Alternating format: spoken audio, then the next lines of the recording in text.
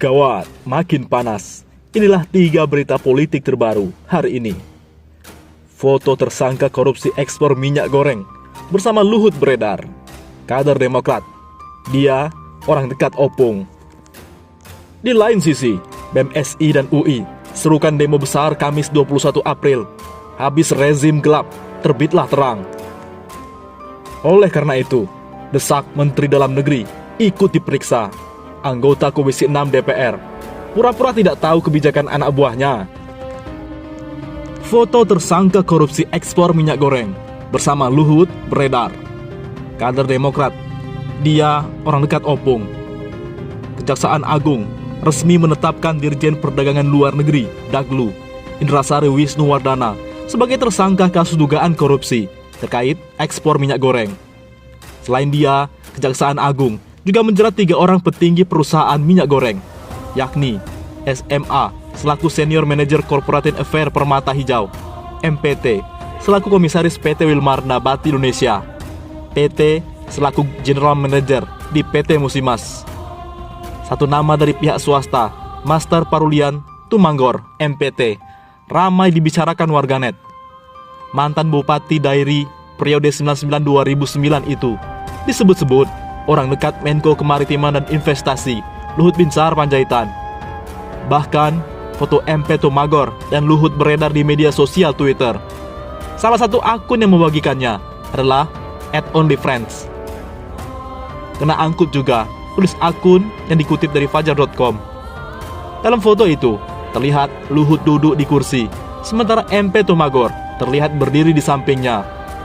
Foto itu ikut dibagikan politisi Partai Demokrat Cipta Panca Laksana di akun Twitternya Panca66. Dia bahkan menyebut MP Tumanggor yang pernah menjadi pejabat eselon 2 di kantor Menteri Negara BUMN dan tenaga pengajar di Departemen Keuangan sebagai orang dekat Luhut. Ini MP Tumanggor, salah satu tersangka kasus minyak goreng di Kejaksaan Agung. Dia orang dekat Opung. Udah tahu kan arah permainannya? Kata Cipta Panca Laksana. Tidak hanya dengan Luhut, foto MP Tumanggor dengan Kepala Staf Kepresidenan KSP Muldoko juga beredar.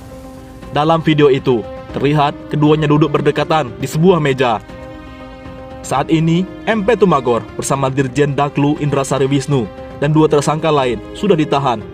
Penetapan tersangka Dirjen Daglu Indrasari Wisnu langsung diumumkan Jaksa Agung ST Burhanuddin, Selasa 19 April. Netizen pun tak mau diam. Andi Wijaksana yang ditangkap kemarin hanya operator saja. Otaknya sedang mempersiapkan kebohongan untuk pembelaan. Oleh karena itu, BEM SI dan UI serukan demo besar Kamis 21 April. Habis rezim gelap, terbitlah terang.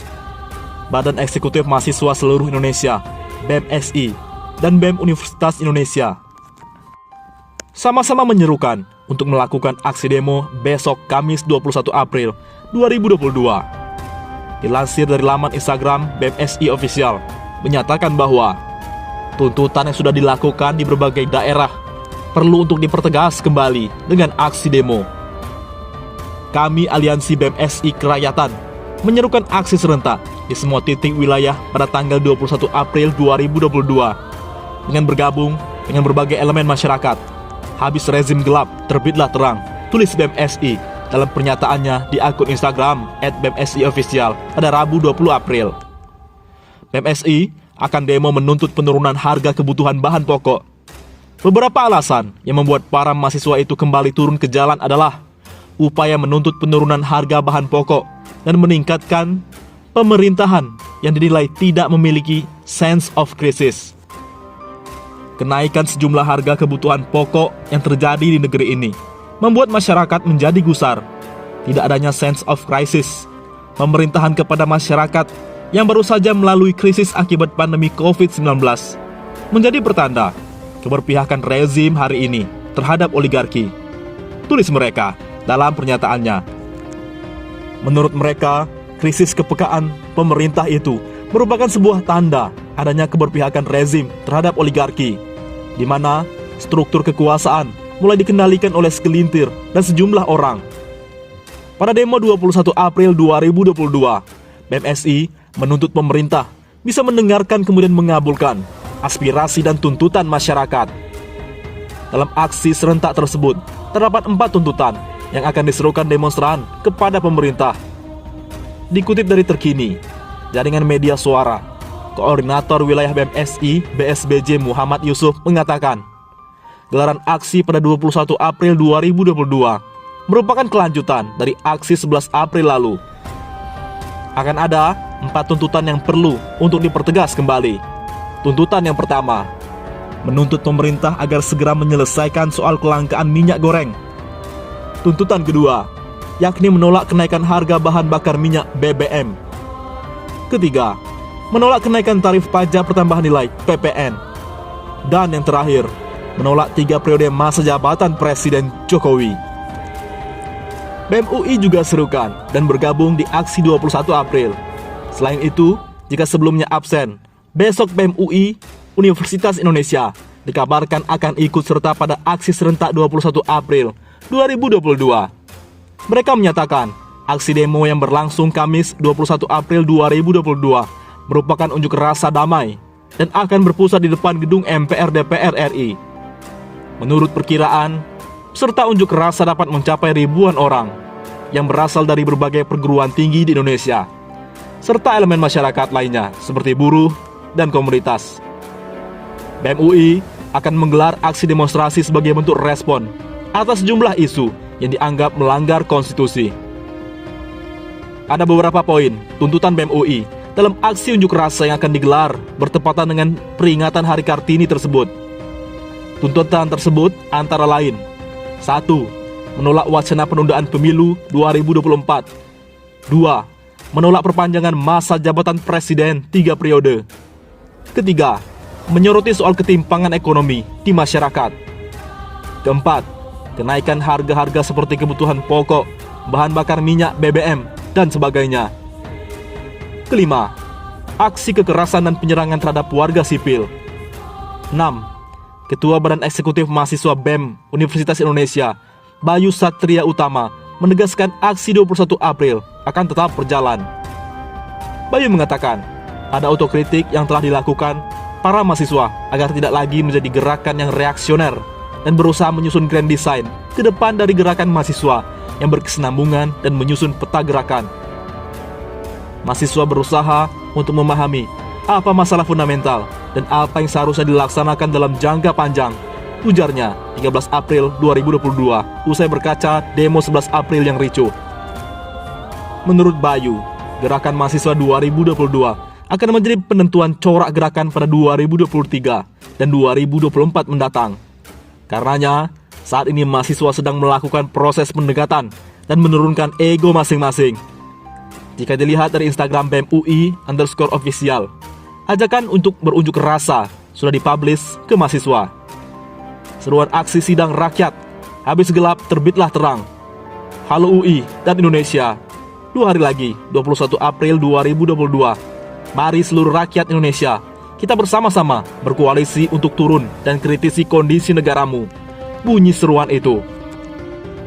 Di lain sisi, desak Mendak ikut diperiksa.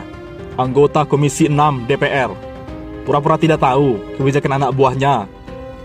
Penetapan Direktur Jenderal Perdagangan Luar Negeri Kementerian Perdagangan Dirjen Daklu Kemendak, Indrasari Wisnuwardana, sebagai tersangka kasus dugaan korupsi ekspor CPO oleh Kejaksaan Agung harus terus ditindaklanjuti. Agar terbuka semua tabir di balik kelangkaan minyak goreng yang membuat rakyat kesulitan. Desakan agar kasus ini diselidiki sampai tuntas disuarakan anggota Komisi 6 DPR RI, Rudi Hartono Bangun, sehingga terbukalah tabir dugaan permainan dan kong kali kong pihak pengusaha crude palm oil, CPO, dan jajaran Kementerian Perdagangan. Langkah Kejagung sudah tepat. Kejagung harus tegas dan gerak cepat. Kasus ini harus diselidiki sampai tuntas, karena di Kemendak semua kuncinya dan pengusaha CPO nakal yang jadi inti kelangkaan minyak goreng di Indonesia, tegas Rudi dalam keterangannya di Jakarta Selasa 19 April. Menteri Perdagangan juga harus diperiksa karena dia sebagai pimpinan tertinggi di Kemendak pasti tahu kebijakan yang diambil anak buahnya, sambungnya. Politikus Partai Nasdem itu menambahkan, selama ini Komisi 6 DPR RI sering menanyakan Kemendak Muhammad Lutfi dan jajaran Dirjen Kemendak terkait kelangkaan minyak goreng. Namun, pihak Kemendak mengklaim bahwa masalah kelangkaan minyak goreng karena ulah pengusaha. Toh kini, dengan adanya penetapan IWW sebagai tersangka, membuktikan bahwa Dirjen Daklu inilah yang justru telah membuat kisruh dengan mengeluarkan izin ekspor ke para pengusaha minyak goreng dan tidak memperdulikan aturan Domestic Market Obligation (DMO) dan Domestic Price Obligation (DPO). Jika tahu kebijakan yang salah itu, kenapa Mendak mendiamkan dan pura-pura tidak tahu?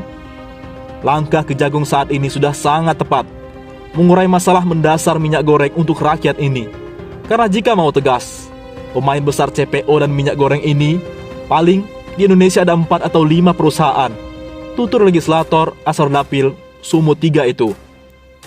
Jika mereka itu ikut aturan pemerintah dan tidak bermain sampai sekarang, saya yakin harga dan stok minyak goreng di Indonesia terkendali. Selama ini, karena perusahaan main mata dengan dirjen yang ditangkap ini, jajaran Kemendak dan pengusaha minyak goreng lupa urusan perut rakyat. Demikian Rudi. Bagaimana menurut pendapat Anda?